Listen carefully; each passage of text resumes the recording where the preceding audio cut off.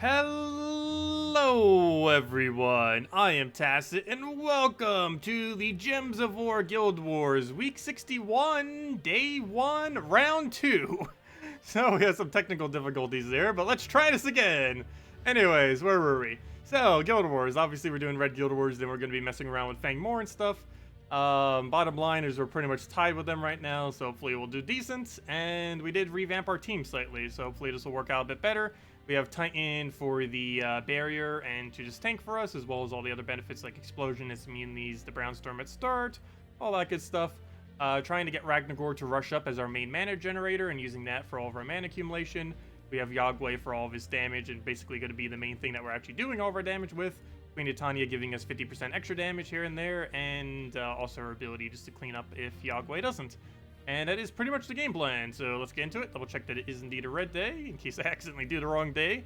I have yet to do that. It will happen eventually, though. Okay, stream seems to be a little bit better this time, but who knows? Could just randomly go out. But hopefully it won't. Okay, so first order of business. What do we need here? Let's grab, let's take Skull for now. Actually, he's stunned. He won't get as big of a benefit from it. I almost want to take a Brown, actually. Brown Surge. You know, I'm gonna make it so he doesn't poke us. Oh, we still get mana out of it. Nice. Okay, that was the way to go then. We'll go get a nice wide explosion on something like red. A little bit of everything. It does feed us a Yagway, and hopefully we'll have alignment on that if he doesn't ruin us here. What do we have? What do we have? Skull. Is it enough to kill? Yes, it is. Should I do it? Probably. Because not doing it could be devastating. We'll take that for now. He does get a Skull follow-up. Well, that's kind of unfortunate for our hero. There's not much we could do to keep that alive. Even if we go for Dawnbringer here, that's might not be the best of ideas, because if we get burned next turn, we lose it anyways. Oh, looks like he'll still protect us, but looks like he still dies. So never mind. Wait, never mind. He has 2 HP, but there's almost no chance he's going to survive that. Unless we can get him another barrier, and even then, it's not guaranteed. But for now, take our extra turn. Do we have Yagway? No, we do not. Skull, is it worth it? Probably not. Can we get another extra turn? Also not in play. We could go for a Ragnagor and just hope for pure luck off that Cascade, which actually sounds like a pretty good idea at this point. Because if he gets an extra turn, he gets to live another turn. No. Oh, wait, did we get it? Yeah, okay, we get to live. One more turn. And we actually made it without dying. Barely. There we go. Oh, we kept him alive somehow. Off that 1 HP per extra turn actually saved him, oddly enough, off of Titan's middle trait there. Well, 1 down, 4 to go. That was a little shaky, but still came through. Dragon's Eye in first slot. That's a little bit weird. Normally, you don't use Dragon's Eye in first slot. First slot Dragon's Eye, you normally want to keep it alive, so you can cast it multiple times. I guess we'll keep our Queen Titania there. Hopefully we can quick kill him, though, and it won't even matter that he's there. What color is my shirt? Red. Does it not look red? I normally wear a color shirt relative to whatever color day it is, normally when we do Guild Wars. I normally don't do yellow or green, just because they kind of get green screened a little bit. But the other 4 days, I always wear the color shirt of the day. Okay, we'll take that for now. Now let's get Ragnagor into what should pretty much just be win. You'd actually get Yagway to line, that is, and his mana. Need both aspects. I'll try for the green there, didn't get it. Oh, give him an extra turn. Do we Dawnbringer here? Probably not. I don't think we have any immediate need to yet. So I think we're just going to try for brown to brown. Actually take this. Actually, no, which way? Yeah, we'll go for that way. We don't need that yellow, at least currently, but still go for it. Gold, do we want that? Probably. We could blue to red and try for it that way too, or we could just explode the board and get full mana out of it. Even do it on something like green for guaranteed full mana. But no, I think we'll just go for Skull, why not? Start chipping him down. We don't have a Yagway alignment, so now we'll just go clear the board. Do we go preemptive Yagway? I mean, preemptive Dawnbringer. Probably not, because we already have barrier on hero, so let's go do this on blue. Nice wide explosion. And ideally that would be alignment, which we do not have. We'll just grab that for now. Still nothing good to use it for. We can get one little poke there, but that's not really going to do much. Dawnbringer is enough damage to kill. We do already have our barrier, though, but I guess we can still do that. We'll do that into a Ragnagor Yagway. So we'll do that, clear the board, explode everything, and then we can Yagway that, hopefully. And yes, we can. That is an extra turn off the Cascade. off of right there. Oh, never mind. Or all the reds will just group together too. That works too. Never mind. Well, we need a red. Get that going. We go for it? Yeah, let's go for the red there. And then we just Dawnbringer into Yagway for the kill. And that should be match. Because he just got rid of his Submerge now that he cast his ability. So we just do that. Of course he gets that. Why wouldn't he? A little summon. It is 50% chance, so that actually is pretty common that does happen though. We'll take a brown for now. He'll transform into something. I actually want to wait until he transforms. I ideally do not want to do this now unless we can get a guaranteed kill. So I'm just going to clear the board actually. Do something like that. Clear the board. Oh, we actually got a kill. That's not good. Lose some points from that. Or more than what we're already losing. I'll take a skull for now. He's probably just going to transform right out, but we do have alignment on it, so it should be fine. We just double Yagway and that is match. He doesn't get a summon there. And we lose hero, but we still get to keep our core of our team, which of course is Yagway into Queen of Tanya. And Ragnarok was just there for the mana, kind of like a Mountain Crusher, except slightly different. Before hero classes ever came into the game, or you know, like hero classes with perks, I should say. Hero classes have all, been in for quite a while, but hero classes with perks only came in like 9 months ago or so. But when hero classes with perks ended up coming into the game, they basically made Ragnarok obsolete overnight, which was kind of funny. But yeah, everyone just started running Mountain Crusher then because there's no point in running Ragnarok when you could just run a better version of Ragnarok off of a hero with Mountain Crusher. But in this particular team on this particular Guild War day, actually does still work out to be decent. Having a Ragnarok on the team. Okay, do we have alignment? Yes, so we will go for that. And at this point, we can just do that again and win. Or at least very close to so. We'll take that for now. Grab the other one. Of our brown mana. Ideally, we'd have Yagway here. Might still be able to grab it somehow. No, that's not quite an extra turn. I might still go for it, though. Oh, wait, let me go for that first. There we go. Now we have an extra turn. And now he's dead. Oh, he was already Fairy Fired. We didn't even need to do all that mess. As soon as we got him Fairy Fired, we actually could just Yagway, but there we go. Very nice. Okay, what do we have next? Apparently a lot of them are using this team. That could be devastating if it gets going. As long as it doesn't get rolling, though. Because Raph needs a lot of mana. As long as he doesn't get a Raph cast, I don't think that's going to be too threatening. The only problem is if he casts Raph, we're like almost auto dead. Gotta be a little careful. Go for brown immediately. Hopefully it'll surge, and it does. Grab those blues over. Also, I love how this stream died within like 2.5 minutes when we started initially. Yet we restart the stream, and it works perfectly. At least so far, fingers crossed. Let's see. Do we get rid of brown? We get rid of brown. Actually, you know what? Let me just swipe that first. And that. Let's see. What does that bring us to? Not full mana is what it brings us to. Okay, let's just explode. We'll do brown. Okay, now what can we do? Do something. Stop taking turns. Stop it. Stop it. Yagway, we don't have it. Dawnbringer, go. Protect us. Go do a thing. I do not have enough for Queen of Tanya, though us skipping our turn here could potentially be beneficial. So we'll go for that. Still not much to do with this board. I guess we get rid of green and hope hero doesn't die. Luckily he's stunned, so at least he can't get mass explosions. Oh, and he's already dead. There we go. Okay, we can work with this. Hero might die, though. Not sure if we can actually keep that alive. I guess we take brown right here and just buy a turn. We are using Titan after all. We'll do that. That'll get barriered. Might need to go find another brown if we want him to live. Could just take a red for now and hope for a purple-red drop there, or a double purple drop, both of which will allow us to go from there. So we'll take that for now. He doesn't get any direct value. And now we won. All we have to do is cast this into Yagway, and that should be matched. We do barrier so we don't die. And then Yagway kills him. So we only had a shaky second battle where we lost one troop. Some of these could be going a bit quicker, though. We actually haven't gotten infinite loop on a single one yet, where Yagway just goes crazy and wipes an entire team. And he's using a somewhat different team. He's actually incorporating Obsidius and everything. He's still using Raph-based. He's also using Gimlet for whatever reason. Gimlet's normally used on Green Guild War Day because it counters all greens to brown. A little bit of an odd pick, but interesting. We'll see how it pans out. We'll take that, get our mana. Get a Ragnarok down. Do that on brown, actually, just because it has the widest spread. And see what we can do from here.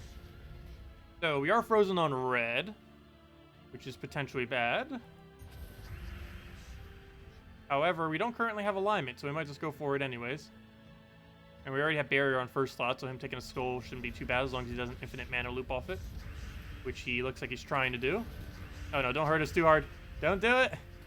Okay, luckily he decided to go use that weapon. Unfortunately, we did not have cleanse for that, and we could double die off of that. So do we just go for skull? I guess we just go for skull at this point. Looks like a skull.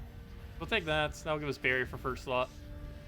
Let's see. Yagway actually doesn't even matter if he had alignment or not. However, we are not frozen on brown, so we can go for that.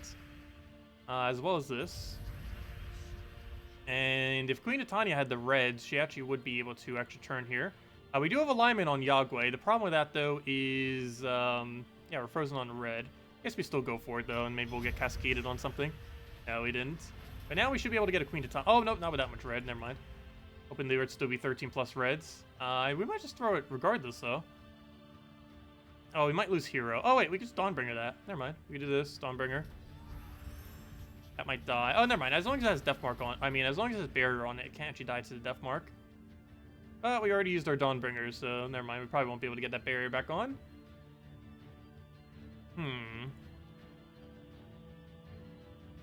I guess I have to go for that skull.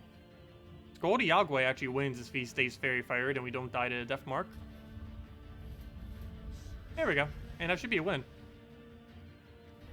Yep, there we go. And that is that. Well, that could have gone a little bit better. It wasn't too bad. What is that? Like a 9,350? A little bit lower than that. 9,300. I'll take it. Yeah, we had 2 shaky battles there, particularly that last one as well. But, yeah, it worked. Came through for us. I guess we'll start using that for Red Guild War. Give it at least one other try before we go and ditch it for something else. However, maybe we will go ditch it for something else next week or next month. Because next Red Guild War, we will have the Mirage Queen into Obsidious combo. Yeah, no rope darts. Any day that there's no rope darts is a nice Guild War day, right? I do have one team set as that. We don't get to see it until the final day, though. I'm just using a version of Standard Divines right now. And, of course, Standard Divines being the Skull Spam into Oblivion with rope dart. Yeah, so far 0-7 on this defend. We'll see how this new one goes.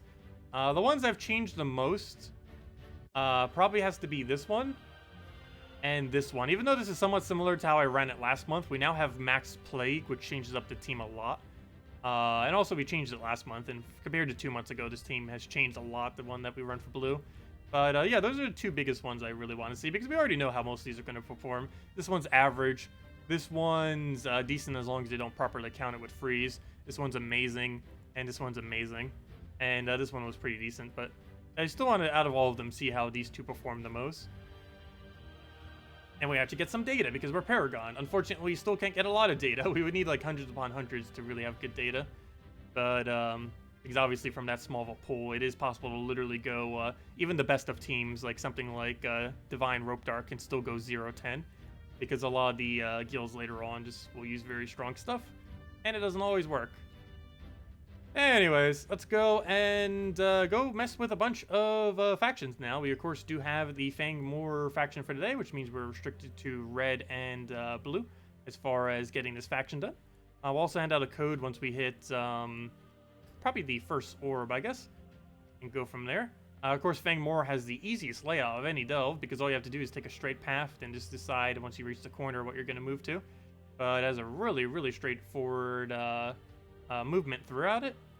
And that's the team that we were using for the higher levels before we had, what's his name? Before we had Zugoff.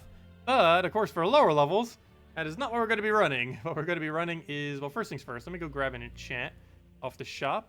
So we have that. Speed us up a little bit through all of them. That automatic free cast on every single one of our allies. And I guess let's go down the Gargoyle method then. Oh no, we have Gargoyle method, we have... Oh, you know what? Let's not do Gargoyle method. You know what other method we have? We have the Tina method. The full Tina method, like with Apothecary and everything. So we just do that, get a Mountain Crusher. Might be a little bit overkill for the earlier battles though, but oh well. I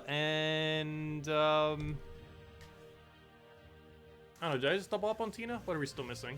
We're missing yellow, purple, red. No, we can't use that. It'd have to be yellow, purple. Yeah, it would have to be yellow, purple, red, or yellow, purple, blue. Just out of curiosity, what is this? Anything good that color? Is anything that color? Hello? Oh, never mind. It's trying to show all colors like that. Never mind. That's not going to be able to work. No way to actually show that correctly. What is the yellow, purple, red mythic? Why do I not recall what it is off the top of my head? Pretty sure it's something pretty irrelevant. But if I go out of this menu and go back to the normal... Oh, yeah, duh. It was in Furnace and that other thing. Never mind. That's not really going to work out. Oh, let's go with another Tina. Why not? There we go. Let's work with that and set our banner to exactly what we're using now, and we're already good to go. Okay, let's go double Tina. And this will work all the way to the end of all the battles. Don't need to switch it out a single time for anything. And it was Mountain Crusher to full mana. And just Tina wipe his entire team. There we go. Oh, I probably should have used a different hero class. Whoops. I should be using the half mana start, what do I call it? The, I'm forgetting the name of everything now. We should have used the Warlock, hero class. Because we still need to go level that up, and it still has half mana start. And obviously we don't need barrier this early on. And not even need it for any of the battles.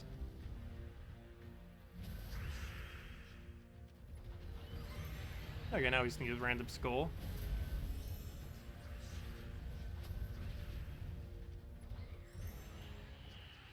Oh, so I didn't even say hello to everyone. Hello, Humberto, because we had connection issues earlier. Hello, Captain. Hello, Steve. Hello, Squidgy. Hello, Bruno. Hello, Ian. Hello, William. Let's see. Which delve would you attempt to get 2,500 on first? Also, hello, Captain. Definitely Crypt. Crypt is the easiest one to do to 2,500. It's a little bit of a harder delve to get all the way to level 500, but doing its pure faction is the easiest of any faction currently in the game. It is way easier than any other faction as far as a level 500 pure faction. And the level 500 pure faction is the hardest part of any faction. Like, getting there to 500 is normally pretty easy. It's just doing that final battle with pure faction is the hardest.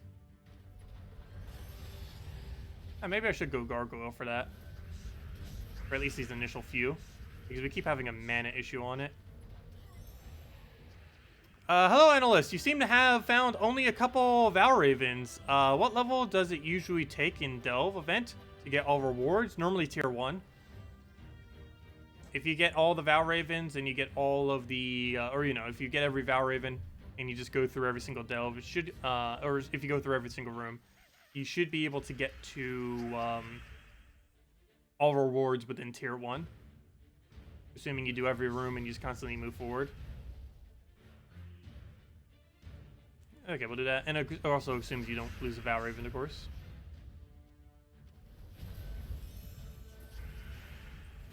And kill that up. But yeah, losing a Valraven in this game mode costs, I believe, 60 gems or so. On top of that 30 that you would have already need to spend. But if you lose Valraven, you'd have to go at least to tier 2 normally.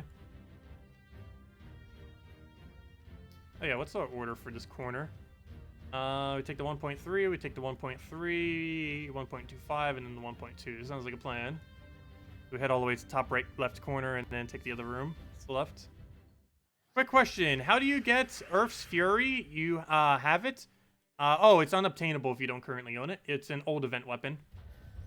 Unfortunately. They might be adding some way in the future to be able to reobtain it. But at this current moment in time, it's an unobtainable weapon. Which is annoying, of course. But they've been looking into finding some kind of fix for that. They just haven't bothered doing one yet.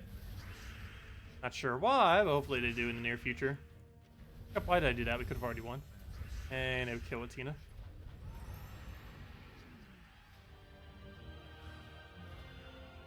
What's the pure faction team for Fang Moor? The pure faction team for Fang Moor is double of the tank and double of the... Actually, there's a couple different ways you could run it. If you're running it towards like level 100, 150, 200, you'd probably want to go double the tank, the mana generator, and asp. And from there, you probably want to go double the tank and double the skull spam. Or double the tank with mana generator and skull spam. Either one of those three would end up working. But you need to make sure you have 2 of the tanky ones so you don't die. You then need the mana generator just so you have mana, and for the later ones you normally go to Skull Spammer so that you have a way to burst down damage. Problem is if it misses though, it'll make it a little bit inconsistent, especially since you have to go through so many rooms. You have to go through like, what, 5 rooms? So you just have to get lucky on it with the Skull Spam. Okay, now we just Tina kill that. Mountain or Mang for PvP? Normally in PvP you might run Mountain Crusher. And you just run Mountain Crusher with troops that have really good other stats. Did the 2-minute video get uploaded? Let me go make it private then. I think it doesn't auto-upload, but I believe it might still be visible to people in notifications or something. Let me go and make it invisible. Let me see. One moment. How did that already get 100 views? Let me go fix that. Yeah, it's currently unlisted. Let me go make it private. Let's see. Actually, I should probably just delete it. Oh, well, I'll worry about that later. Leave it like there for now. Close that out. Leave. But I'll do that after stream. Anyways. Made a blue over. Grab our apothecary there.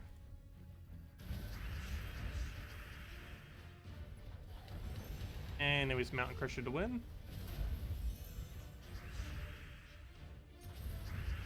And he's dead.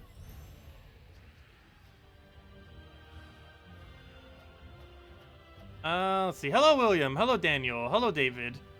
Hello, Steph. For once, you actually have the exact team. Most of the time, always missing a troop. Oh, yeah, the team we were using for Red Guild Wars Day. It's a pretty easy team to create for the most part.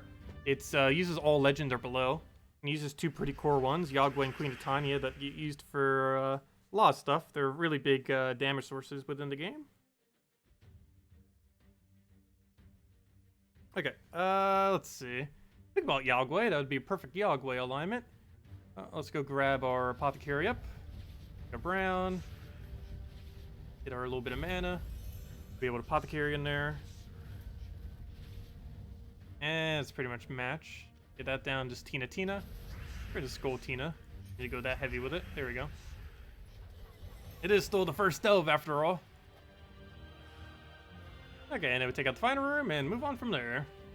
And make sure to switch my hero class so we actually get some free EXP. Because right now we are not. Not at all. Okay, to grab. I guess we take it down to Skull. And it was Mountain Crusher to probably Apothecary into win. Seems like the game plan. Get on red there. And he's dead. Wait, how is he not dead on first slot yet? And now he's dead. There we go. Okay, let's go change our hero class now so we actually get some free XP. Could have gotten 18 free XP from that delve. But oh well, not too big a deal. We'll grab all of our rewards and fights, edits, and let me make sure I switch to something that still has half mana start that we need a level, which is currently Shaman, and then it'll be the new one that's coming out in a few weeks. Actually, I believe it's about a month from now. I believe it's exactly a month from now. I believe the 7th of next month is the new hero class. It's actually a pretty decent one. It's a Merlantis really heavy Submerge. It's kind of like Frost Mage, but with a lot more Submerge, so it should be interesting to see how that pans out. Anyways, let's switch to Shaman. Shaman's not a good hero class, but right now we don't need the durability, and it still has half mana start, so it should win at about the same speed, while also giving us free XP for a class that we don't have max, so we'll do that. Our explosion down. Hopefully that'll be a full apothecary, and it is because of the enchant. And then we just double Tina. Or single Tina to a skull. And there we go. What's the max score you can get in Guild Wars? There is no absolute max score, I don't believe. Realistically, the max score is around 9,700, 9,800. Though I believe it is theoretically possible to have around 10,000 or so. But realistically, max score you can really have is about 9,700, I would say. Even though technically 10,000 would be possible. The only way you could ever get 10,000 or see the actual max is you would have to win in one move. You would have to take something off the board that would simultaneously feed your mana, every single thing on your team, to full mana, while also hitting just so many loops of skulls within one single move that you just kill out the entire enemy team. Which, to get that lucky, is almost impossible. So basically, if we took this green right here, or let's just say this red, this move right here would have to end the entire battle. And if that move was to end the entire battle, as in we got from the start of a battle all the way to the end of the battle with one single cascade, then that would give you the max possible score. The only potential way you could do that is with a Doomstorm start, and you just get ultra ridiculously lucky with some kind of empowered ability like Leprechaun or something that clears the entire board. That is the only possible way that you could ever really get max score. And I don't think anyone has ever done it before, because it's ridiculously unlikely.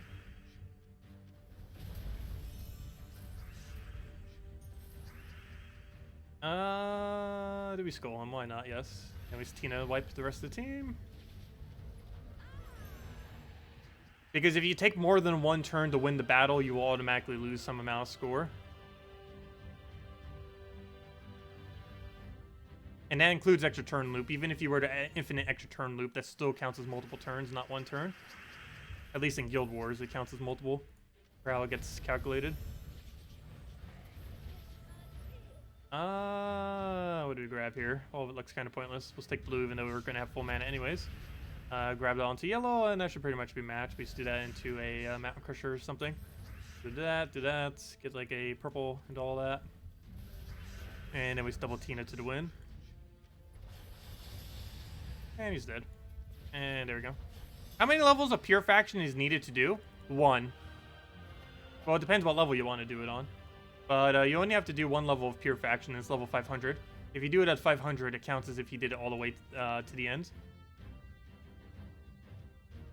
But some people will normally... You want to opt for... Prior to that, you normally want to opt for doing at least level 100. 100, 150, or 200. And then you do 500. But you only technically need 1 battle. You can just go straight to 500. Do that 1 battle with Pure Faction, and then it's done. You don't need to do any more Pure Faction after that. You only want to do that if you guarantee you're going to get it done in one go, though. Like, for example, if you were to potion on when a new faction comes out, like we will be next Friday. Not this week's Friday, but next week's Friday. Once the new faction comes out, we're going to potion up to, like, tier 6, tier 7 or something. And with that, we'll go and already know that we'll have a 100% chance of doing Pure Faction. And just go from there.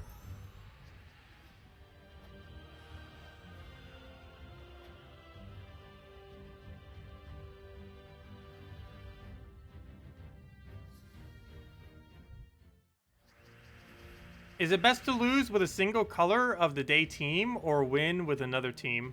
What do you mean? Is it best to lose with a single color of the day team or with another team? I'm not sure exactly what you're asking there. Sometimes it is beneficial to use less of the color and get a guaranteed win. But more often than not, you do want to try using 3 to 4 of the color day troops. Otherwise, you're going to be losing a lot of points. You're basically automatically losing battles, even if you don't lose any battles.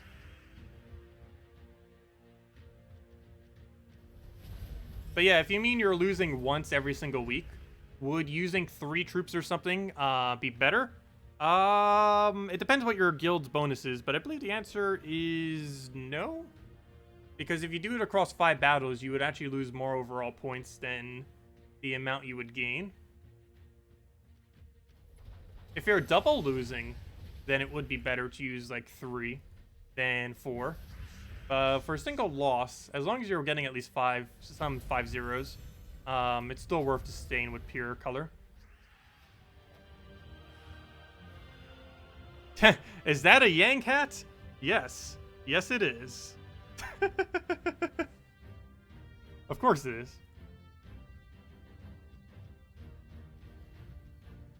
We have it for multiple reasons. But yes, that is a Yang hat.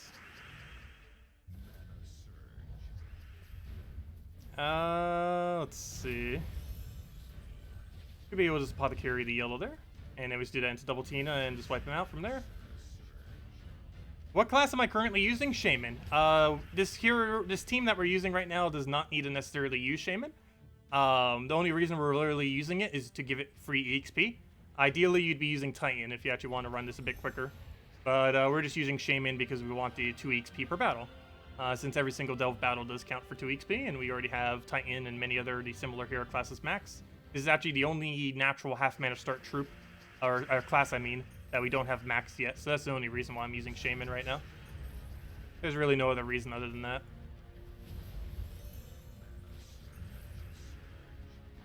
Yeah, let's Tina kill that. And there we go.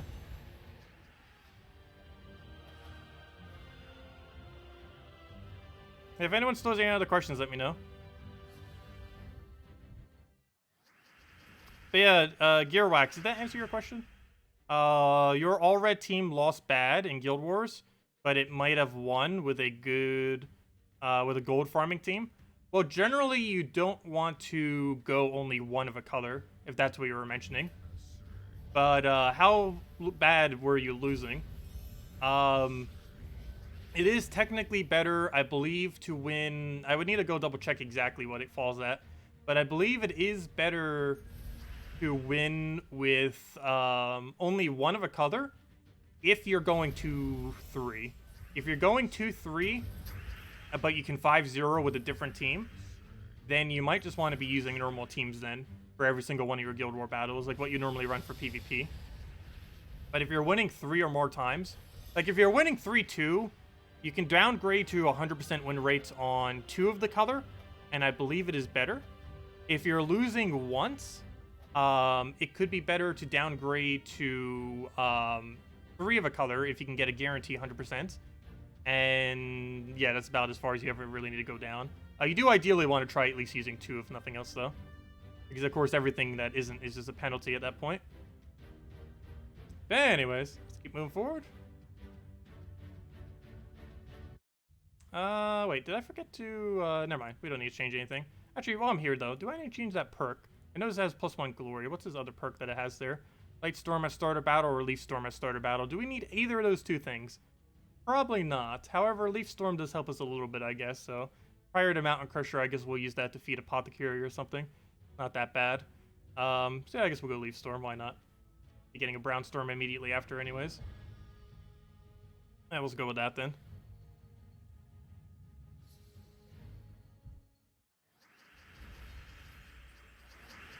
For the events this week, if you run out of treasure maps, where can you farm it? The easiest ways to farm treasure map is if you go and complete out the Zolkari Kingdom, you'll get a troop called Tyree. Go into the 3rd or 4th challenge in Broken Spire, the ones that have those gates up front with 0 attack, and farm it there with Tyree. The cheaper team is Dryad, Goblin Shaman, Dryad, Goblin Shaman, Dryad with Tyree, and you run that with Frozen Banner. And similarly with Frozen Banner, the other team that you can run if you have it is Green Seer, Giant Spider into double Tyree. And both of those 2 teams are the quicker teams, or the quickest teams in the entire game for farming maps. The first one does, I believe, about 50 per hour. The other one, I believe, could be about 100 per hour. It's anywhere from about 70 to 120. It just depends how lucky or unlucky the Tyrees are going to be in a given hour. Sometimes you can get like 5 in a minute, and other times you can go like a few minutes without even getting one. It can vary sometimes. But... yeah, those are the 2 best teams for grinding maps. The only other method would really be to mass buy them underneath the Glory Shop. You can buy maps for 30 glory each, which is less than you normally get from a map back. However, it's a lot quicker just to mass buy them, especially with the multi-buy option now, than it is to grind them out. Since you could literally buy 200 within seconds, whereas it would take, at minimum, like 2-3 hours to grind them. Yeah, with the multi-buy option, assuming you have the glory... I'm not sure if you have any reserves of glory, though. But ever since the multi-buy option, all you have to do is that, and boom, you have enough maps to do all of them. And it's really not too many maps to have to do it. You only need 100 maps. So click twice, and you already have the 100. As long as you have 3,000 glory for it. And it's probably better just to spend 3,000 glory than to spend an hour trying to grind for it to get all the maps that you need, or maybe even a little bit more than an hour. But yeah, 3,000 glory isn't too pricey. You have all the maps you'll need, basically, for the event. 100 is enough normally to get the event done. And if it's not, you're going to get glory from those 100 maps anyways that you could just use to get more maps. Anyways, where were we? We'll go back to the event. And I did say we'd hand out a code once we get that orb, so probably near the end of this delve, we'll hand out the, the code then.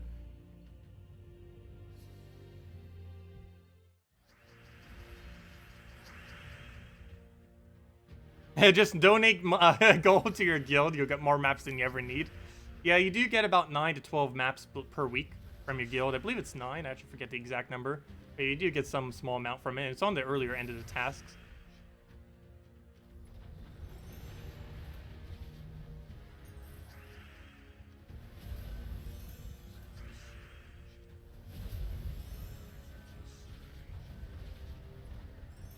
Yeah, map farming's pretty irrelevant these days ever since they added glory gnomes to the game.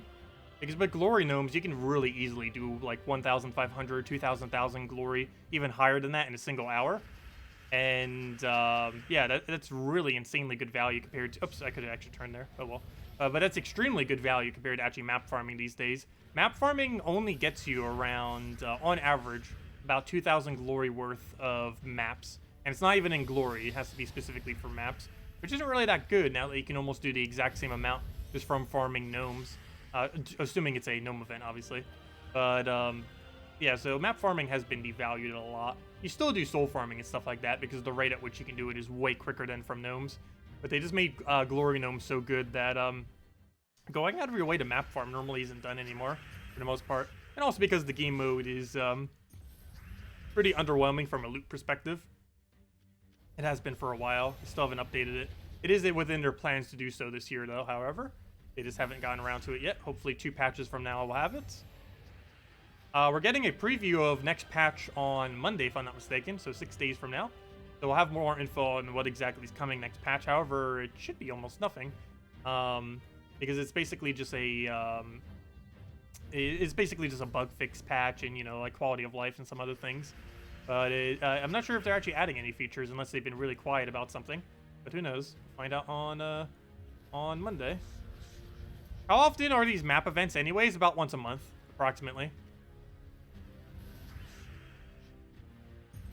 It's not consistently exactly a month every single time, but it's somewhere around once per month. Like once every 4 to 6 events, you will see a map event. It's one of the more annoying ones because there's no way that you can do it within battles. You have to specifically only do it within maps. I already finished most of this one. Hey, we gained a shaman level, and that's why we're using shaman. Yeah, I already finished like half of this already. Yeah, we'll keep working at it. Actually, speaking of that, let's go throw a random map in there. Why not? And of course, the way to do maps is just rush through them. There's no point in actually playing them out correctly, at least in the current economy of the game and how it's structured. The problem is that red chests and vault chests are just such bad value that there's really no point in actually playing these out the correct way. That basically the best way of actually playing these is to take the first move you see, even if it's not necessarily a good move, and just keep doing that until the map ends, and just rinse and repeat until you have all the event objective you want, or all the gems you want. If you're doing this specifically for gems, you want to stop at green chests, and that will give you more gems. So if you're not interested in gems, you just want to try basically doing exactly what we're doing now. But obviously, you might want to get a few more of these chests if you... the gray chest to green chest is what you want to focus on a bit more. If you want to try getting a little bit more gems out of doing this. Just make sure you don't convert the greens into reds. Otherwise, you'll actually net gain less gems from having them converted into reds compared to having them as greens.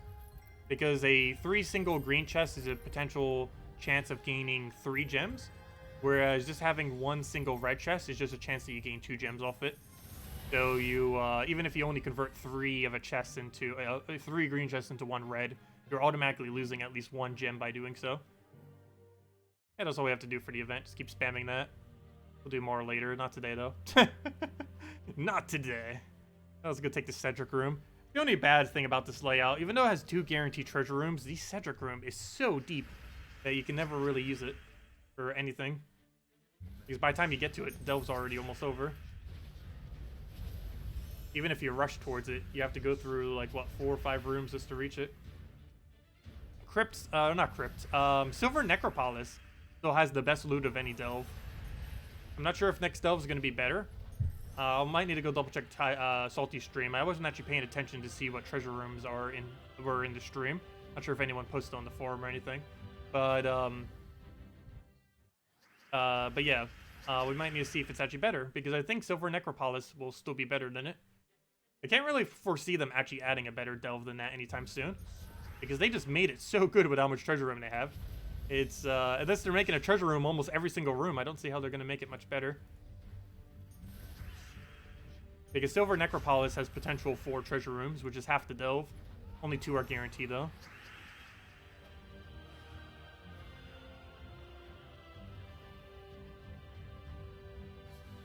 What is my longest turn streak with maps? The furthest we ever got was mid-200s. What the exact number is, I keep forgetting, but it's somewhere around 250.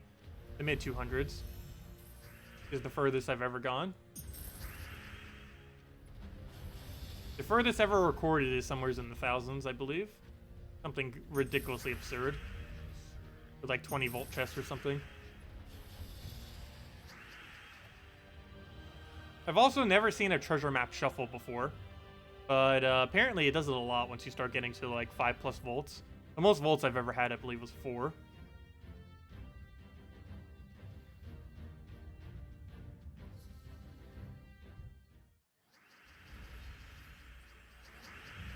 Yeah, it's been a while since I've actually tried doing like hours on end of actually doing maps correctly.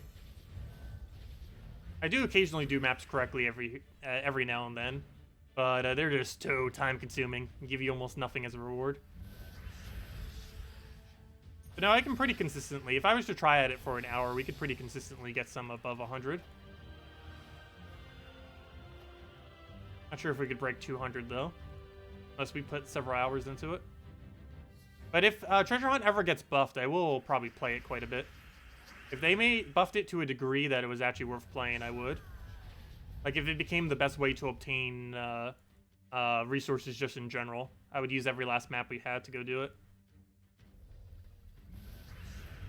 Right now, it's currently only the best for gems, but most people in late game have enough gems that they don't really need to go out of their way to get gems. But that's the only thing that Treasure Hunt is best for. And it's not even overall best rate, it's just the best rate of anything that has infinite gems. You can gain around 55 to about 70 gems per hour or so from Treasure Hunt. More towards 55 if you're just rushing through them and that's it. And more towards 70 if you're rushing through them, but you also use all of the glory on glory keys and all the gold on gold keys. That will give about 70 gems per hour approximately. Because of course both those keys can drop gems. That's really weird. Tina's like consistently hitting the bottom 3 to the first slot. Someone brought to my attention before as well. That's actually kind of convenient because you're heading first slot with skulls, so it kind of works out perfectly. I don't know if they deliberately did that, but that is how Tina seems to be functioning. It really does not like to hit first slot ever. At least initially. Assuming their entire team is alive, it just does not like to hit first slot.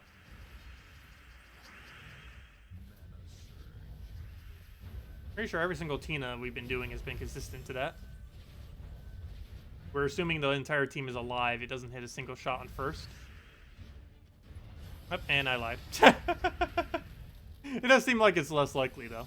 I like how, as soon as I say that, it disproves me by hitting it. Good job, game. It can hear me. Let's see. What do we do here? I guess we'll go for top left. Why not? Yeah, we'll do it that way. That one's worth a little bit more loot, right? Actually, both about the same. This doesn't matter much, though. But you know what? We'll take the bottom one first. We don't need more purple runics. Yes, donating gold to your guild is still better than buying gold keys, assuming you have every single common and rare in the game to mythic. That is correct. Assuming you have every single common and rare to mythic, then spending gold onto your guild is always better than buying gold keys. But yeah, something like that is what it keeps doing. It keeps hitting those bottom 3 and then leaving first slot alive. Not 100% of the time, but more often than it ever hits first. Any idea when they'll be fixing the glitch with Dragon's Eye? Which glitch? What glitch are you talking about? Transform counting as a death onto the enemy team, if that's the thing you're referring to, is actually not a glitch. They have that set up deliberately because of how factions are. Make it so if you get transformed, it actually counts as a death. But, is that what you're referring to? Because that's actually 100% intended. It is not a glitch.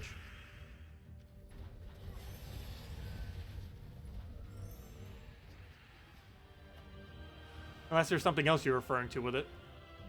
What's the other glitch with it?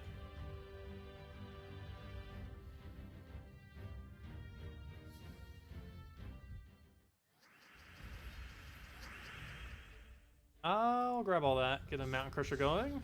Just Tina to Tina. We get Apothecary there. And yes, we do. I'll get the second Tina just because I believe we're going to need the mana. Trying to get to the point where we're going to need those double casts pretty much every single time. Just kill it out. Okay, and we go for this one. And the reason I wanted to do that treasure room down is this one has glory on it, whereas the other one had runics.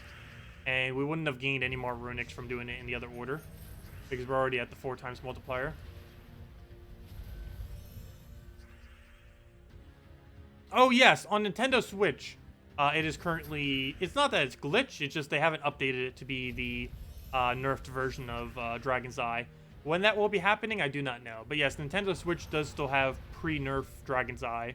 It has that one nerf that made it better in PvP but worse in Delves.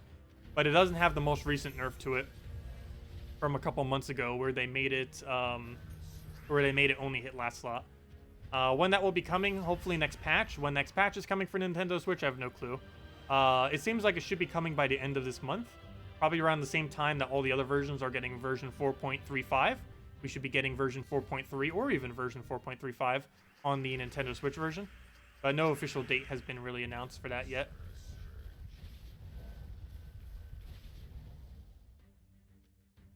Oh, we might have more info on that next week because they're doing the next patch preview. And we're at the point where that doesn't kill. It's bad because now I need to go fill all of its mana back up. I should just double filled and then cast. Oh well, there we go. Now we have 3 Tinas. Also, if I'm not mistaken, that should be enough to get the orb, which means we need to go handle the code. Oh yeah, we already passed the orb. Well, we should have handed it out a little bit earlier. Whoops. But let me go handle the code. I just say once we have the orb, and there's the orb. Ooh, a blue one too. Very nice. Best thing we can get out of that. Always nice to see. Saves us several hundred gems. Let's see. What am I looking for here? Also, Salty still didn't give me more codes, by the way. Salty! Where are the codes? I did remind her last night. But we only have 2 codes left. Well, technically 3. Not counting this one, we have 2 left. So we have tomorrow and the following day. Hopefully she'll get around to it tonight or tomorrow. But let's refresh that. Paste that there.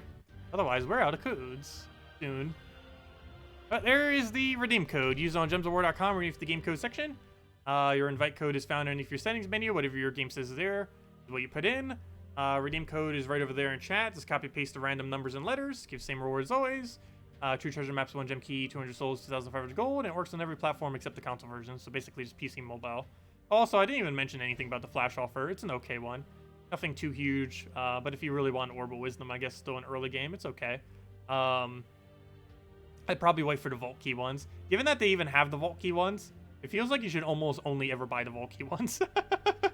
Like, if you're planning on buying these every month, you might as well just throw, like, the $10 down on the Vault Key one every single time Vault event comes out.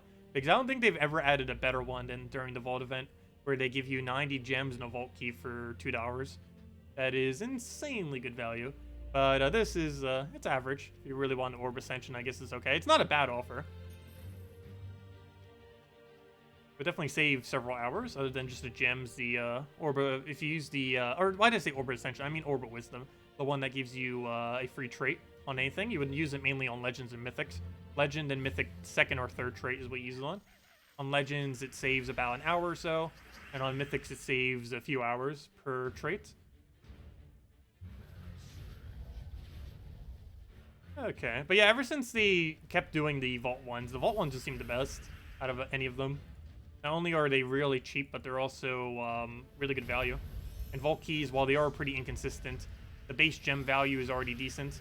And it can give you some ridiculously huge drops, like 250 gems, 100 gems, 20 gem keys, 15 event keys. Any of the orbs in the game, even the major orbs and stuff like that. A lot more random, but it has potential to be a lot better value. So we're getting a lot of Vow Ravens. We already have all the battles we need to fully finish out this, or to fully finish out all the rewards. And we're probably going to get another Vow Raven in between that time. So very nice. Nothing else. Free Shaman EXP. Be able to get that to level 64. We already got it to level 63 this stream. I'm in no rush to get it upgraded, though. However, one thing that we will start focusing on a little bit, speaking of upgrades, is Warden hero class. We are getting the Beast Pet tomorrow. So tomorrow night we might mess around with some Beast teams, since yeah, we're getting a pet completely based around it. That will make Warden a little bit better. Still not insanely good. It's one of the worst hero classes in the game, but still has potential, since it's the only hero class that can count as a beast.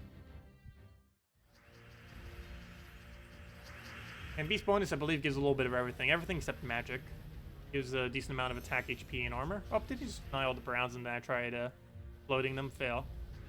Not gonna work.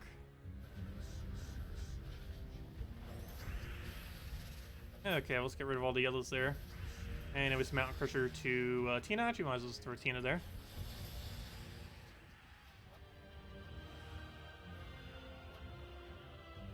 Okay, let's just keep moving forward there.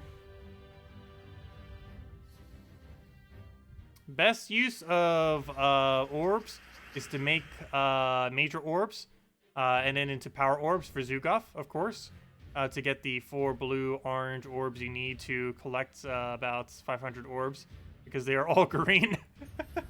Well, for the most part, you're going to have an excess of orange to the point that the main one that you have to worry about are major blues, small blues and major blues, because you're going to get enough oranges throughout your time that you don't need to actually go out of your way to get oranges. Even if you spend some, as long as you're not really spending too many of them and you always make sure you have more oranges than you have blues, you should be fine as far as crafting Zugaf. But basically, just make sure you never overspend your oranges beyond how many blues you have. And as long as you do that, you can still spend your orange orbs while having enough to eventually craft Zugaf after about a year or so. Yeah, Zugaf does take forever to craft. He's the hardest thing in the entire game to obtain. And he, on average, takes about a year to craft. Though it could take about 2 years, depending on how much you play. Or how you use your orbs. And also just depending on how many leaderboards you get and how many events you actually do, or if you skip on some, or if your guild doesn't go all the way to the end of some, and all those factors. But assuming you're getting every single possible orb with no leaderboard orbs, it takes about a year.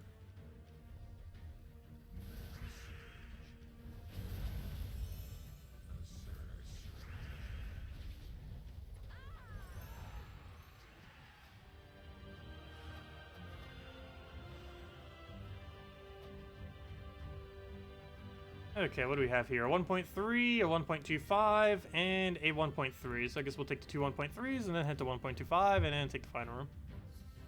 And then go open the Volkey we have. And hopefully we get some kind of decent loot from that.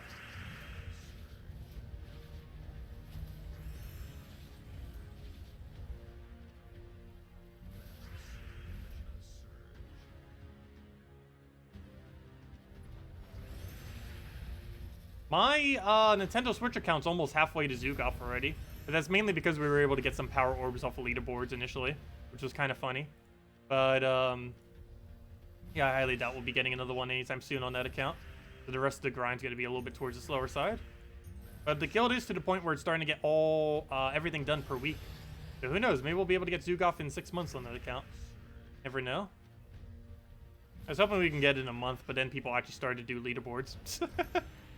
Then it started to become really difficult. Even now, the amount of time that you have to do for those leaderboards is still lower than on PC Mobile and other console versions. However, it's still high enough that we'd have to spend like 20 hours to try to go for it in a given week, which wouldn't be worth it. Plus all the resources, we'd still have to spend several thousand gems on it to get it. I'll throw it on yellows. What's a good team with Tina? Pretty much this, except replace out the second Tina with anything. Like Arachnine Weaver or Tesla or anything like that. Normally you only go one Tina, but this team can't really fit most of the other good methods that you would normally put there. Actually, I guess that could fit Tina. I don't know, we're using such a brown heavy gain that double Tina seems to be working decently. Now, anything centered around these 3 into one other troop tends to be pretty solid for Tina teams. It also tends to be used with Tesla. And that's about it. Really, it's Tesla, other true damage, and like Mountain Crusher spam into it.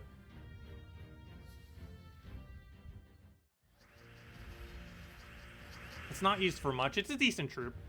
I still wouldn't consider it to be one of the better ones. However, I have been using it a bit more recently.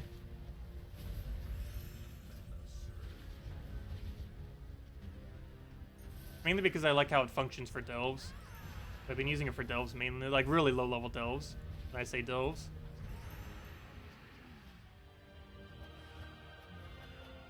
How high is number 1 on leaderboard? Let me go check. Which leaderboard are you referring to? This one? Yeah, it looks like someone went for Pure Faction. Actually, pretty much everyone is at 500.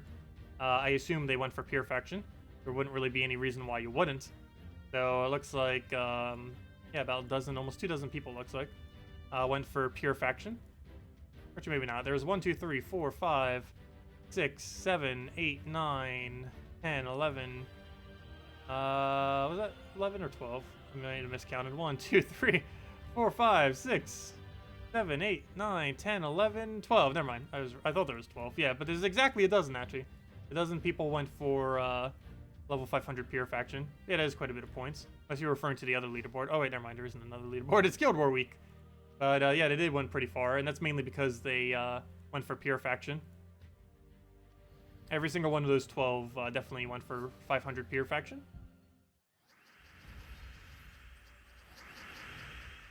I'll probably be doing that for Hall of Guardians.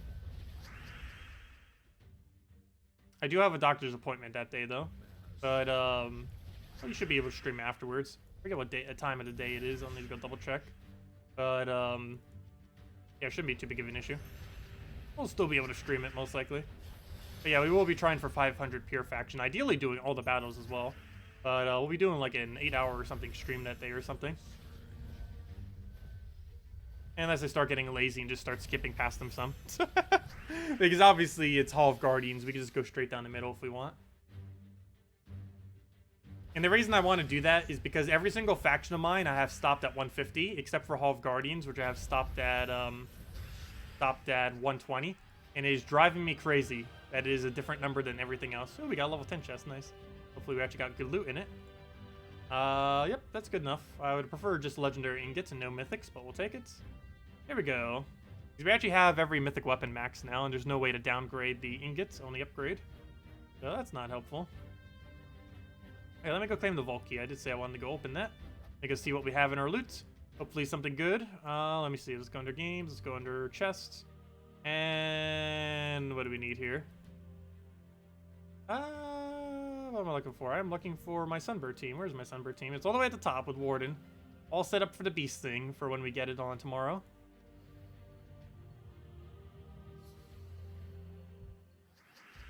Okay, so to firebomb down, Sunbird wipe, and it's matched as long as he doesn't do anything, and he's dead. Okay, what do we get? Come on, good loot. What do we have? Potentially, we got 5 gems, 5 diamonds, another 2 diamonds, and what's in the orb? Come on, purple, blue. Ah, the dreaded green. No, that's basically 1,000 souls, so that full key was pretty bad. It was like 5 gems. Yeah, 5 gems, 7 diamonds, and a green orb, which is like 900 souls, 1,000 souls, barely anything. How does anyone get to 500 in one day? You skip past them. Hall of Guardians, you can simply just... Well, for one, they might have instant kill options, obviously. But because you can actually use the High King Iron Gut Zoogoth team. So people might be running Mountain Crusher, High King Iron Gut, Zoogoth, Possessed King. That's the absolute most meta thing you could ever run for delves at this current moment in time. And this current delve right now does allow for that team. But even for other delves, you can still get them done decently quick. And with Hall of Guardians and other similar ones, it's actually super quick because rather than having to do a bunch of rooms and then it's like, I might as well just do the other ones since we're already here. For Hall of Guardians, it's only 3 rooms. You just do, like this one takes 5 at minimum. So you might as well just do all of them. But for something like Hall of Guardians, if you really wanted to, it's only 3 rooms. First room, middle room, final room, done. You can get through them pretty quick. You could actually probably get there in like 2 hours or less. You could get to 500 if you just simply skip past them. You would get a lot less points that way, which would mean lower leaderboard, but that wouldn't really matter too much because you're already making pretty high on the leaderboard if you're bothering doing that on a Tuesday. And you would get less shards and other loot that way. However, if you already are sitting on a ridiculous amount of all that resources, it's not really that big a deal if you don't get that many out of it.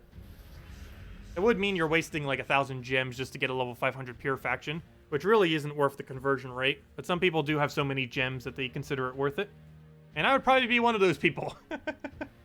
Because our gem stack's still pretty large. It's, what, almost 26,000 again? Anything above 20,000 is decent sized. There are people with over 100,000 gem stack, though. It seems small compared to theirs, but really anything like above 10,000, you're pretty solid on gems for a while. And I just want to keep above 20,000 just in case. Never know when a new feature might come in that might need it. Since gems is the premium currency, so might as well have a lot of them farmed up just in case. Okay, move that over, move that over. Mountain Crusher down. How does the delves work in teams of what rooms do first and leveling up chests? I'm trying to understand that question. How does the delves work in terms... Oh, sorry, I read that slightly wrong. In terms of what rooms you do... Okay, never mind. I completely read that wrong. Work in terms of what rooms to do first and leveling up chests. Okay, that makes a lot more sense now. But anyways, as far as the rooms you do, you basically just do it in multiplier order. The only exception to that are treasure rooms, which slightly make you do a different order sometimes if you want to go and optimize the loot rather than the multiplier. The multiplier only really matters for the most part during the Tuesday or Friday events for factions, because then there's a point system attached to it that applies your score per room. So you want to make sure you have as quick of a multiplier as possible. But generally, you always want to go in multiplier order for regardless of what kind of delve you're doing, even if you're just doing your daily ones. And the main reason for that, other than just the score for the Tuesday and Friday ones, is just so you can gain better loot per room. Because if you gain those multipliers apply to every single room following. So normally getting them higher multipliers first will lead to slightly higher loot overall. But as far as leveling chests, you basically do it one faction at a time. Focus one faction, get it to quality level 10. Likely something like Warrens if you're farming that at level 20, or something like Silver Necropolis is another one to farm decently at level 20. And you basically just keep farming them over and over again at 20. And wait until you get quality level 10. And then once you finally have that to quality level 10, go do the next one that's happening on the following Tuesday and get that to level 10. And basically just rinse and repeat until you have every single faction to level 10 quality, and then get them all to level 100. And then that will get you the max quality for each delve, and then level 100 will get you the max honor for each delve. And then from there, you only upgrade them based on which ones you want to do pure faction on. Or whichever ones you're farming on a daily basis. Like if you're deciding you want to farm Silver Necropolis every single day, then you'd obviously want to get that one to be a bit higher. How many gems does it take to get a level 500 faction? It depends, but on average it would cost around 1,000 to 2,000 gems. So it is a little pricey. But you do get some orbs out of it, you get a lot of shards out of it, and you would get a level 500 faction out of it, maxed out. It does assume you have the stats for it. But more often than not, if you have that many potion benefits from buying up to tier 6 or tier 7, you probably have the stats and effects to be able to go all the way. So do keep in mind, if you don't have some of the better troops, or, you know, like some of the better Mythics, Iron Gut, stuff like that, some of them might be a little bit harder to try doing that with. Of course, worst comes to worst, you could try doing... Oh, wait, never mind. I was going to say, you could just do Mank, but never mind. You can't do that for pure faction. That you can't do. But, yeah, it depends what your stat lines are. I would wait until you have, at minimum, level 5 All Kingdoms before you try buying 500 factions, if you're even going to bother doing that. You need to have over 10,000 gems, and you would need to have every single kingdom at level 5 or higher before I would advise buying factions. Also, keep in mind, they will be adding some kind of method in the future to be able to upgrade, or to be able to do level 500 factions a little bit easier. We don't know how much easier they're going to make it, or what they're going to do to change it to make it easier. However, we do know they're doing something. But you might just want to wait till then before you bother spending gems on it. Because other than on new factions, it is a little bit of a waste to use your gems on it. Hall of Guardians is going to be the only non-new faction I will be getting down. And that's only because it has a weird number, and it's bothering me like crazy. I have slight OCD in that regard. If one thing's just slightly off, they all have to be exactly the same. Yeah, the fact that it's at 120 right now is just bothering me so much.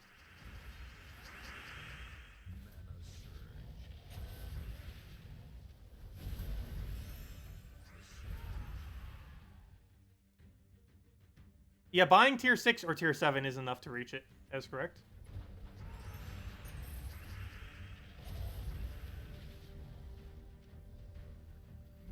And from there, you would just need to make sure that you can get it done with potion effects. But you would have a lot of effects at that point. You'd have Bless, Barrier, Enchant, a bunch of explosions that start a battle, 25% reduction, 3 heal per turn. And if you bought to tier 7, you also have 7 higher stats on everything as well.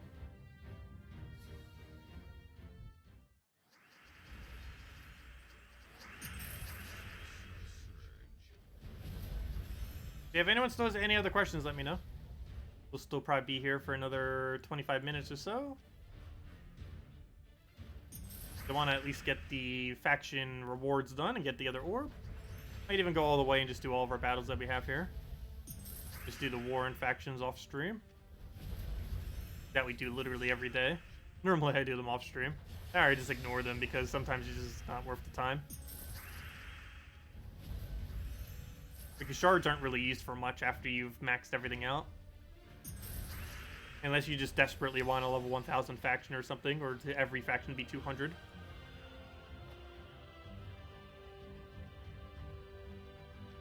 Okay. Let's see. How close are we on it, by the way? We'll have it at the end of this one, or 1 to 2 battles into the next. And we already have 2 battles left, which means we likely have 4 battles left. Because the chance we find a Valraven within the next delve or this delve is pretty high, particularly the next delve. It's almost guaranteed chance we find it in the next delve. It isn't guaranteed though, but pretty high chance.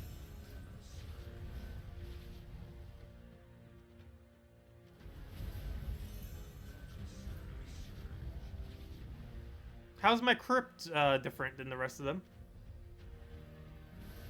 My crypt's at 2,500, but so is my what's it called?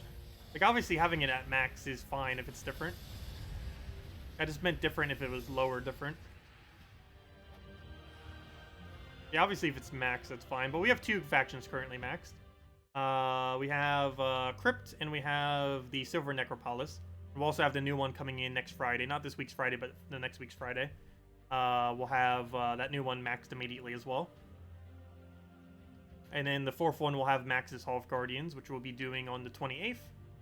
And from there, probably the faction after that, which will be our 5th. And then from there, I'll probably wait on all the other ones until they add some kind of new method to get them up easier. But Sea of Sorrows, Warrens, Primal Rift, Fang Moor, Dark Pits, and All Seeing Eye.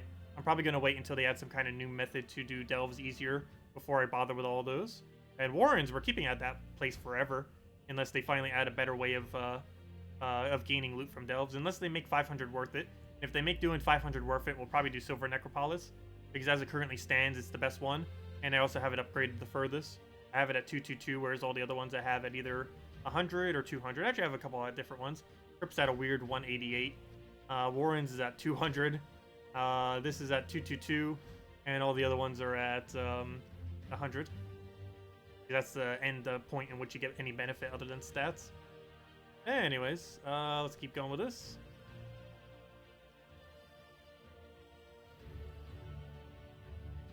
What team worked with Primal Rift? I mainly used Mang Skull Spam into it.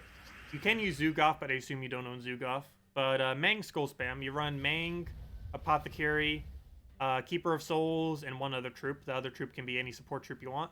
I believe I personally ran it with Sylvanie Mora. You could either go Sylvanie Mora, Queen Aurora, or Possessed King, I believe. Yeah, any of those options. Sylvanie Mora would be the cheapest. Fully traded Sylvanie Mora for the Entangle. Any of those 3 would wipe. And if you're going to go down the Skull route, you have to use Titan for it. Ideally, max Titan. Also, instead of using Explosion, you do want to put in Rage, since you're doing a Skull-oriented team. And you also need it because their 25% Skull Reflect can actually instant kill you if you hit them with too much damage without Enrage. Or Barrier, so you do want to make sure you have Enrage. Hey, level 64 Shaman. 2 levels for Shaman, passively, without doing anything. And we even missed out on 18 extra EXP we could have gotten for it, too. Yeah, slowly but surely it shall be max level. Same thing as Necromancer, we just got it up slowly over time. By simply doing it through various events. And we're going to have a new hero class to do that for soon. Next hero class, we will be able to passively gain EXP on.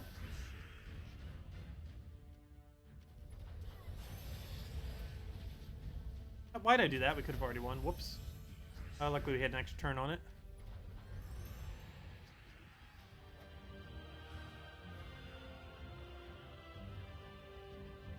You got 2 green orbs. Ouch.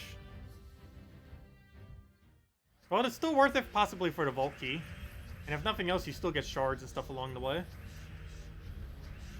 And it's also really cheap to do this event. This event only costs 30 gems.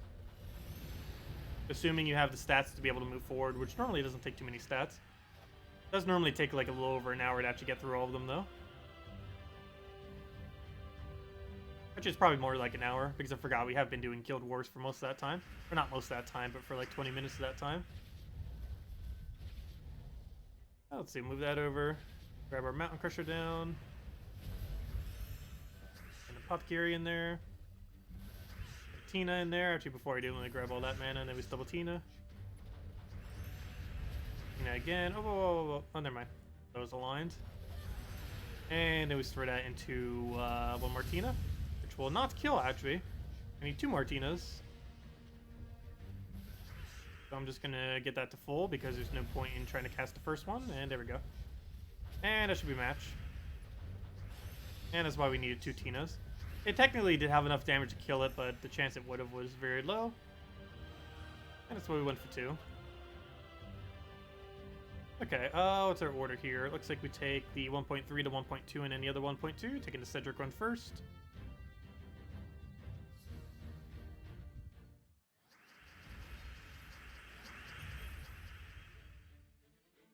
Okay, I'll take blue to blue. I'll give us Apothecary. And then we just throw that right on yellows. And then we explode everything. Before we do, I'm going to grab that. And we'll take that into Apothecary to win. That's pretty much match. We'll go double Tina.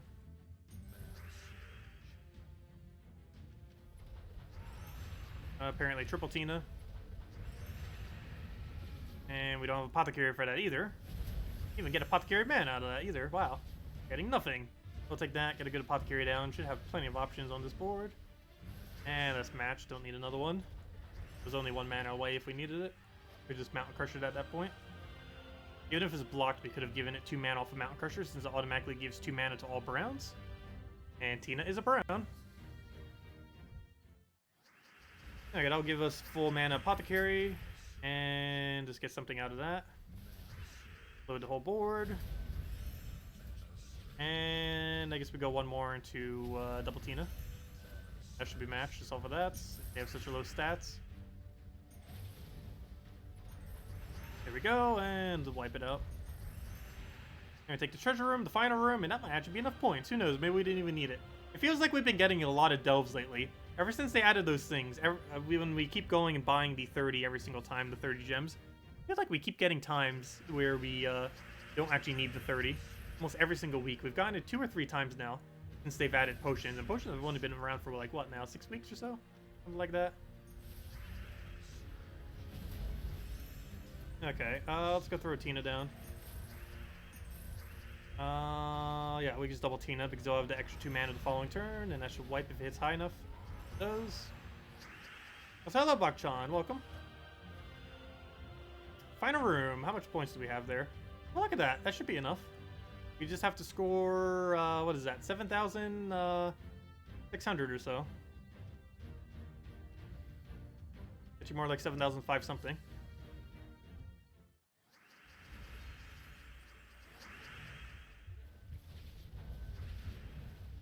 Of course, the amount of points we get is already determined. Depends how good our multipliers were on the rest of this floor. I didn't actually double check before the start of this battle. All we have to do is multiply that multiplier by the other multiplier, and then figure out what that total was, and then multiply that by the base value of whatever the room was. So we can't do that math now because we don't have the numbers on screen. So let's go with Tina into triple Tina at this point. Never mind, double Tina. And that's matched off of full mana there. We even need that other Tina. Why is his stat so low all of a sudden? And it's definitely a match. This somehow doesn't kill, but it definitely will. And there we go. Okay, how many points do we get? No, not enough. Okay, we gotta do one more. So we're gonna have to do one more regardless. Because we already bought it. But yeah, we did need it. Oh wow, it's actually quite a bit off, like 1,300 off. 2 battles will fix that. And then we'll have our orb. Okay, what do we need here? Let's grab the browns, get that to full, get a little bit of apothecary out of that. Do we throw it first? No, we don't have any alignment, so let's clear the board. Use the brown storm and hopefully get something out of it. Nice, got it on purple. Get all that converted. Load everything. And it was double Tina to win. And one more should give us an orb. And about to gain a level as well, it looks like. Yeah, one more battle will do it. And hopefully we'll find a Valraven here. I'll give us 2 more battles, otherwise this will be our last one. So we'll still have 3 more regardless because of our 3 per day off our normal faction. I'll get all that converted. All that moves. Throw a Tina down. Gee, we'll take that first. And then we'll throw a Tina down, and then we apothecary into what should be the win. I just did it on the last little bit of greens right there.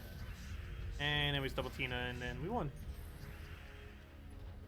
And it's match. Doesn't really matter what he does there. And there we go. There's all the rewards. Grab all that. And go claim our orb into hopefully a blue. And, well, we got a blue earlier, but now we get an orange. So, not as good, but oh well. Who knows? Maybe oranges will actually be viable once they add a trait stone sink into the game. It is still coming. Probably not, or definitely not next patch, but could potentially be 2 patches from now. We don't currently know what's going to be in 2 patches from now, but it is one of the things they said was likely to happen this year. So they said that about PvP rework last year, and that still didn't happen yet.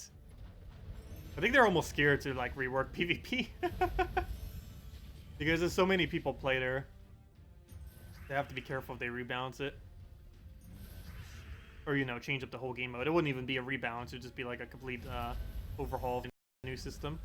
You know, not complete overhaul, but it would still be similar, but it would be different. I think the main thing they wanted to do was expand out the rewards a bit. Because obviously doing 1.9k rewards, you can easily get that done in like an hour or 2 or so. That's not something you do throughout the entire week. I think they wanted to expand it to some kind of system where it would take longer, but it would reward you a lot more than what it currently does.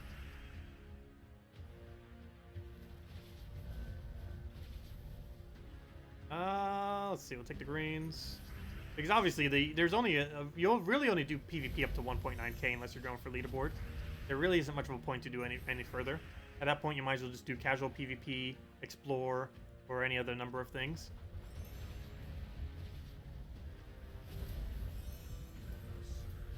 Because for casual PvP, you basically have infinite repicks.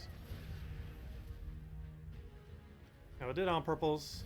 And it was Tina to Tina. It looks like we're going to need 3. For Tina number 1. Never mind, we're only going to need 2 unless he revives. Nope. And no Valraven. Hopefully we get one. Not too big a deal if we don't, though. Anyways, convert that away on yellows there. Get all that rolling. Move that brown. Throw into a nice mountain crusher there. And then we double Tina that.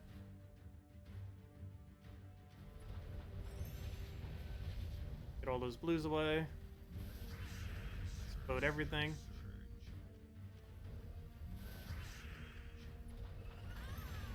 And he's dead. It doesn't do anything, and he's dead. Come on, level, you're so close. Not quite there yet, though. But let's see, what's this room? Got a 1.3, got a 1.2 treasure, got a 1.3 treasure. You know our path, then. Well, so far, no Valraven. We'll get on the very last battle. We have had that happen here before. On the last set of the Delve when we did that 1 extra battle. It is possible that it happens on the last room. Normally this Delve does have a... normally the 90th floor does have a Valraven on it. One of the reasons why I have Warrens at 110. because you can get a Valraven on 90, which then brings you to 110. So if you have it at 110, you can do it to 110 without it going any higher.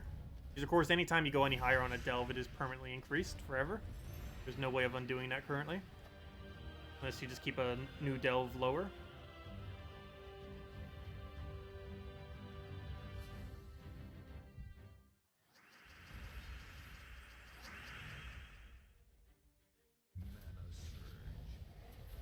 Okay, let's move that purple over. Ah, he webbed us. He has a web on Skull, doesn't he? Yeah, he has web and entangle on Skull. That wasn't already bad enough. Luckily, we have Apothecary, though. And we'll be able to use Mountain Crusher after that. And we'll sit on reds. And do Mountain Crusher. And we actually get explosions now that it's not disabled. And I guess we'll do it again. And that should be double Tina. And as long as that...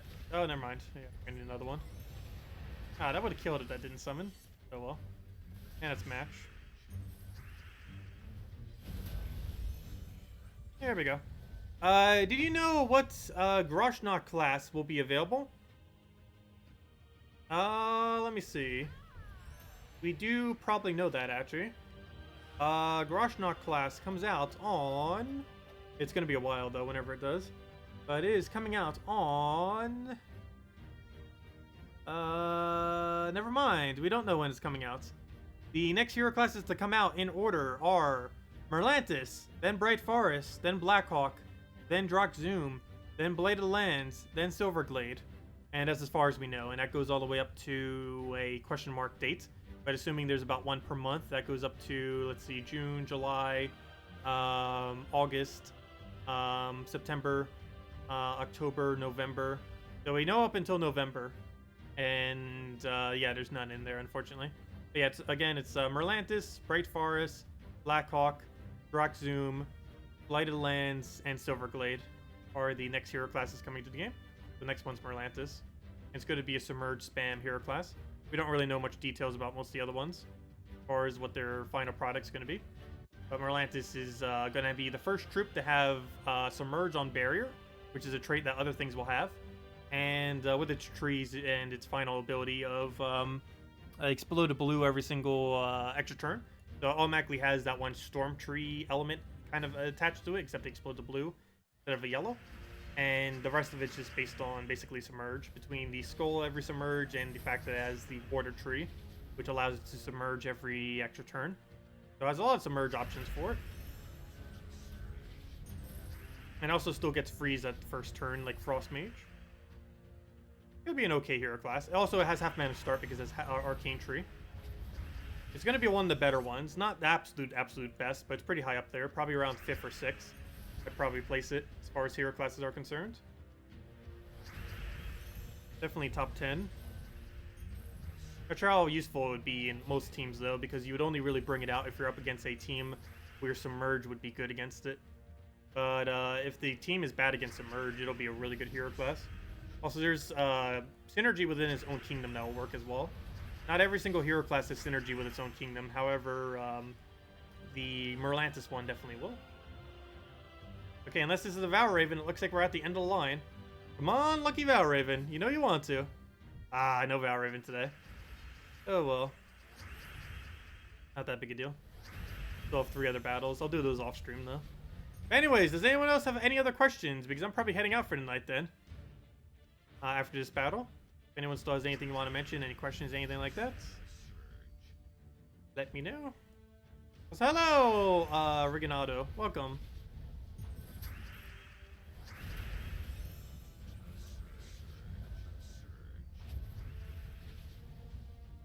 Okay, we'll get that down on there. And then we just double Tina to win. And he's dead. There we go. Only a level 6 chest. That is pitiful. For doing every room, only a level 6? That's almost the lowest you can even hit. Because you guarantee gain at least 5. Because 1 for the first room, 1 for the final room, and 3 for quality 10. That means we only got 1 chest upgrade throughout the entire delve. That is pitiful. At least it mostly drops shards. But there we go. That's the end of the line for that. And the only other daily I really had is dungeons. That's not. And then just doing out the factions like normal. But yeah, don't forget, new pet tomorrow. Definitely don't miss it. The Beast Pet. That's obviously a pretty decent bonus. It works with Sunbird Team. Basically gives Sunbird Team additional HP. That normal team that we normally use over here with all of our McGrim Wood stuff, or, you know, with the hero class here with Warden. If you end up using it with this synergy, you actually gain extra HP for your Explorer team. Normally gains 2 HP in 1 attack, but that's at minimum going to be 4 HP in 2 attack, so basically double that at minimum, starting tomorrow with that new pet that's coming in. Of course, that doesn't make much of a difference, but any little bit extra damage that Sunbird has for stuff like Explorer definitely starts adding up. And potentially you can have 4 additional if you were to actually get that bird maxed. However, it's not really worth spending gems on, that's for sure. So don't really bother wasting on it. I wouldn't really advise. But at minimum, 2 extra just for simply getting 1 copy of that pet. We'll now have 2 extra damage in the context of that team. Anyways, guys, I will catch all of you later. Thank you so much for stopping by. And we'll be back tomorrow to cover the next Guild War Day, as well as messing around with some beast teams to mess around with the new pet that just got released, or will be in about 6 hours or so. Anyways, hope you all have a wonderful rest of your week. We'll catch you later. Thanks for stopping by, and goodbye, everyone!